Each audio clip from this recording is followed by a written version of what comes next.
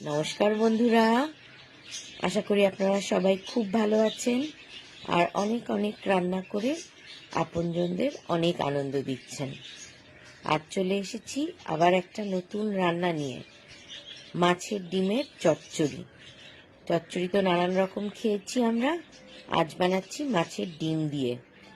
তার জন্য একটা মশলা তৈরি করে নিচ্ছি।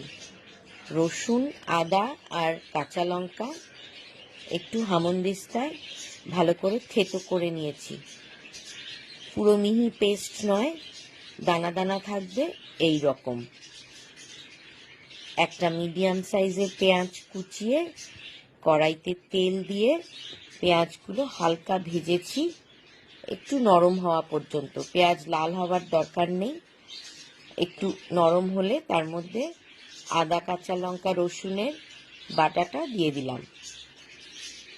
সাবধানে একটুখানি ভেজে নিতে হবে, রসুন যেন পুড়ে না যায়, আবার কাঁচা গন্ধও যেন না থাকে। এই রকম ভাজা হয়ে আসলে কড়াইতে সামান্য একটু জল দিয়ে তার মধ্যে দিয়ে দিচ্ছি কয়েকটা গুঁড়ো মশলা। দিলাম 1/2 চামচ হলুদ, 1 চামচ ধনে, 1/2 চামচ জিরে, 1 চামচ শুকনো লঙ্কা গুঁড়ো। এই দিয়ে পুরো মশলাটা আবার ভালো করে কষিয়ে নিলাম। এরপরে দিয়ে দিলাম 1 চামচ গরম মশলার গুঁড়ো। আবারও ভালো করে নাড়াচাড়ার পালা।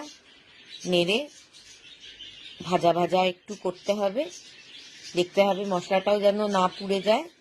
তারপরে দিয়ে দিলাম কয়েকটা টমেটো কুচি, একটা গোটা টমেটো টুকরো টুকরো করে তার মধ্যে দিয়ে দিলাম। স্বাদ মতো লবণ দিলাম। আবারও ভালো করে নাড়িয়ে চাড়িয়ে মিশিয়ে নিতে হবে।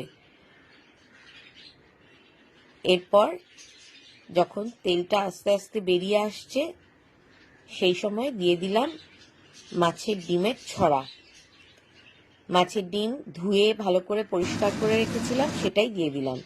দিয়ে আমি প্রথমে 7-8 মিনিট ঢাকা দিয়ে রেখেছিলাম। তারপরে এরকম হালকা সেদ্ধ হয়ে এসছে, তখন আবার উল্টিয়ে দিলাম যাতে তলা না লেগে যায়। এই জন্য সামান্য 2-3 চামচ জল আবার ওপর থেকে দিয়ে দিলাম, দিয়ে আবারও ঢাকা দিয়ে দিলাম।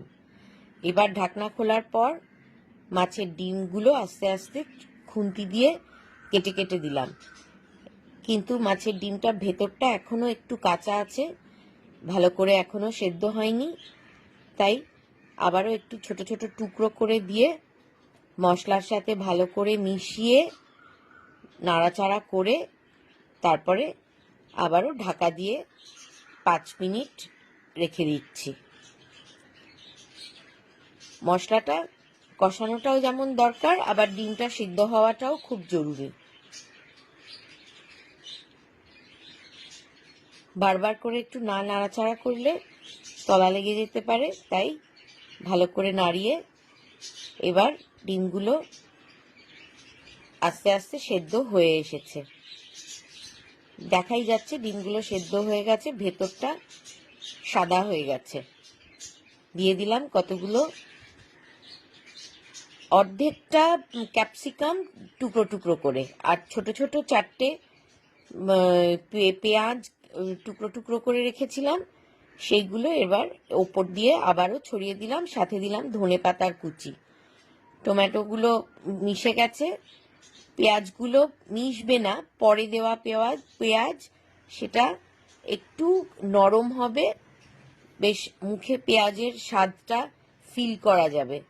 এই রকম অবস্থায় আবারও 1/2 চামচ চিনি দিয়ে ভালো করে নাড়িয়ে চাড়িয়ে নিলাম। পেঁয়াজগুলো যাতে একটু নরম হয় তার জন্য আবার 2-3 মিনিটের জন্য ঢাকা দিলাম।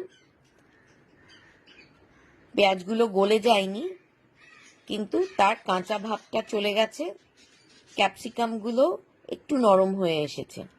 এইভাবে তৈরি হয়ে গেল মাছের ডিমের চচ্চড়ি। মাছের ডিম তো আমরা নানানভাবেই খাই, বেশিরভাগ বড়া ভেজে খাই, কিন্তু সেই প্রথাগত পদ্ধতির বাইরে এসে এইভাবে একদিন মাছের ডিম রান্না করে দেখবেন, খুবই সুস্বাদু খেতে। রেসিপি পছন্দ হলে শেয়ার করতে ভুলবেন না আপনাদের বন্ধুদের সাথে। অনেক অনেক ধন্যবাদ।